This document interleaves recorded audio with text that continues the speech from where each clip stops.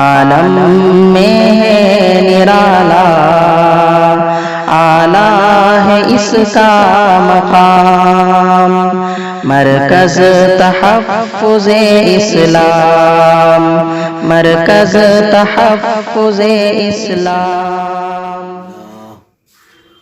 الحمد للہ الذی ہدانا لہذا وما کنا لنہتدی لولا ان ہدانا اللہ، اما بعد فاعوذ باللہ من الشیطان الرجیم، بسم اللہ الرحمن الرحیم۔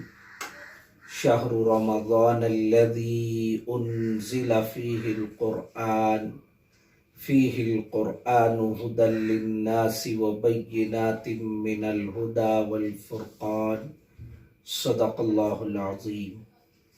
وقال النبی صلی اللہ علیہ وسلم، من قام رمضان ایمانا واحتسابا غفر له ما تقدم من ذنبه، او کما قال علیہ الصلاۃ والسلام۔ محترم ناظرین و سامعین، مرکز تحفظ اسلام ہند میں آپ کا استقبال ہے۔ تراویح کا سلسلہ چل رہا ہے۔ نبی اکرم صلی اللہ علیہ وسلم نے ارشاد فرمایا، روزہ اور قرآن یہ دونوں بندے کی سفارش کریں گے،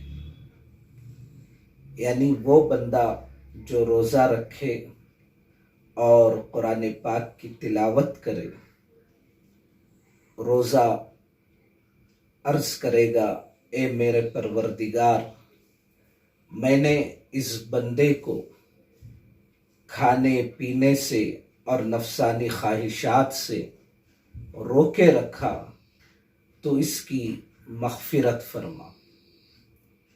قرآن عرض کرے گا، اے اللہ، میں نے اس کو راتوں کو سونے سے روکے رکھا، تو اس کی مغفرت فرما۔ چنانچہ دونوں کی سفارش قبول کی جائے گی اور بندے کے لیے مغفرت اور رحمت کا معاملہ کیا جائے گا۔ کتنے خوش نصیب ہیں وہ بندے جن کو ان کے روزے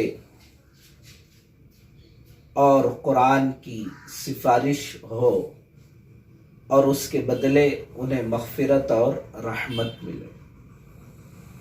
یہ نبی اکرم صلی اللہ علیہ وسلم کا بتایا ہوا علاج، اس کو اپنا کر تھوڑا سا ہم اپنے راحت و آرام کو قربان کر کے اس نعمت کو حاصل کر سکتے ہیں۔ تراویح یہ 20 رکعت مردوں اور عورتوں کے لیے مسنون ہے۔ مردوں کے لیے تراویح کی جماعت سنت کفایہ ہے۔ تراویح میں پورے مہینے میں ایک مرتبہ قرآن پاک کو ختم کرنا یہ مستحب، یہ سنت ہے۔ پورے مہینے میں ایک مرتبہ قرآن پاک کا ختم کرنا یہ سنت ہے، اور اس سے زیادہ اگر کوئی کرے تو وہ مستحب ہے، لیکن ایک مرتبہ سے کم ختم نہیں ہونا چاہیے۔ اب قرآن پاک جب ختم ہوتا ہے تو ختم قرآن پاک کے بعد شروع سے الف لام سے، الف لام میم سے مفلحون تک چند آیتیں پڑھتے ہیں، تو یہ چند آیتیں پڑھنا بھی مستحب ہے۔ نبی اکرم صلی اللہ علیہ وسلم نے فرمایا، لوگوں میں سے بہترین لوگ وہ ہیں جو ٹہرے اور چل دیے، یعنی قرآن پاک کو مکمل کیے اور پھر آگے پڑھ دیے۔ تو جہاں بھی ختم ہوتا ہے تو اس کے بعد الف لام سے لے کر مفلحون تک پڑھنا چاہیے، اور ختم کے بعد دعا بھی قبول ہوتی ہے۔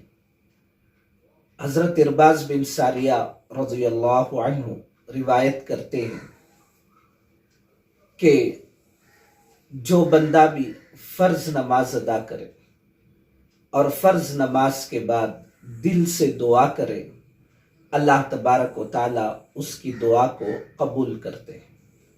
اور اسی طرح جو قرآن پاک کو پڑھے اور ختم کرے اور اس کے بعد دعا کرے تو قرآن پاک کے پڑھنے اور ختم کے بعد بھی دعا قبول ہوتی ہے۔ تو اکابر و مشائخ کا معمول رہا ہے کہ جب بھی ختم قرآن ہوا ہے تو اس کے بعد وہ دعا کرتے ہیں، تو ختم قرآن کے بعد دعا بھی کرنا چاہیے۔ اور تراویح کے اندر نابالغ کی اقتداء جائز نہیں ہے۔ اگر کوئی بچہ نابالغ ہے، بلوغت سے پہلے اس نے حفظ کر لیا، اب بچے کو قرآن پختہ کرانے کے لیے کہیں اسے تراویح میں امام بنا دے، اب وہ نابالغ ہے تو اس نابالغ کی اقتداء درست نہیں ہے، تو نابالغ کے پیچھے بھی نماز اقتداء نہیں کرنا چاہیے۔ اور اگر کوئی حافظ قرآن ایسے ہو جو شریعت کے پابند نہیں ہیں، شریعت پر ان کا عمل نہیں ہے، مثال کے طور پر اگر کوئی داڑھی کٹاتے ہیں، داڑھی کو منڈاتے ہیں، تو شریعت کی روح سے داڑھی کو منڈانا اور داڑھی کو کٹانا یہ جو ہے فسق ہے، گناہ ہے، اور فاسق کی امامت جو ہے یہ مکروہ ہے، تو ان کے پیچھے بھی اقتداء نہیں کرنی چاہیے۔ تو کوشش کرے کہ جو باشرع ہیں، شریعت کے پابند ہیں، ایسے لوگوں کے پیچھے ہی اقتداء کریں۔ اور رمضان میں جہاں بھی ختم قرآن ہو اس کے بعد دعا کرنا چاہیے تاکہ دعائیں بھی قبول ہوں۔ تراویح کی جماعت مسجد میں ہی افضل ہے، لیکن اب بعض جگہ حالات ایسے ہیں کہ لوگوں کو مساجد میں نمازیں پڑھنے کی اجازت نہیں ہے، تراویح کی اجازت نہیں ہے حکومت کی طرف سے، تو ایسی صورت میں علماء کرام اس بات کی اجازت دے رہے ہیں کہ لوگ گھروں میں تراویح کو ادا کر لیں، گھروں میں عبادتوں کو کر لیں۔ تو اگر کہیں مساجد میں اجازت ہے، مساجد میں پڑھنے کا موقع ہے تو مساجد میں ہی ادا کریں۔ اگر مساجد میں موقع نہ ہو تو گھروں میں ہی اس کو ادا کر لیں، لیکن اس کو نہ چھوڑیں۔ بعض یہ سوچتے ہیں کہ مساجد میں پڑھنے کا موقع نہیں ہے تو گھر میں پڑھنے سے کیا ہوگا، یہ سوچ کر تراویح کو اور عبادتوں کو چھوڑ دیتے ہیں۔ ایسا نہیں کرنا چاہیے۔ جہاں موقع ہو، اگر مساجد میں موقع نہیں ہے تو گھروں میں ہی پوری تراویح کو 20 رکعت کو ادا کر لے تاکہ سنت سے محرومی نہ ہو۔ اللہ تبارک و تعالیٰ سے دعا ہے کہ اللہ تبارک و تعالیٰ ہم سب کو تراویح کی اور دیگر عبادات کی بھی توفیق عطا فرمائے۔ وآخر دعوانا ان الحمدللہ رب العالمین۔ عالم میں ہے نرالا، اعلیٰ ہے اس کا مقام، مرکز تحفظ اسلام، مرکز تحفظ اسلام۔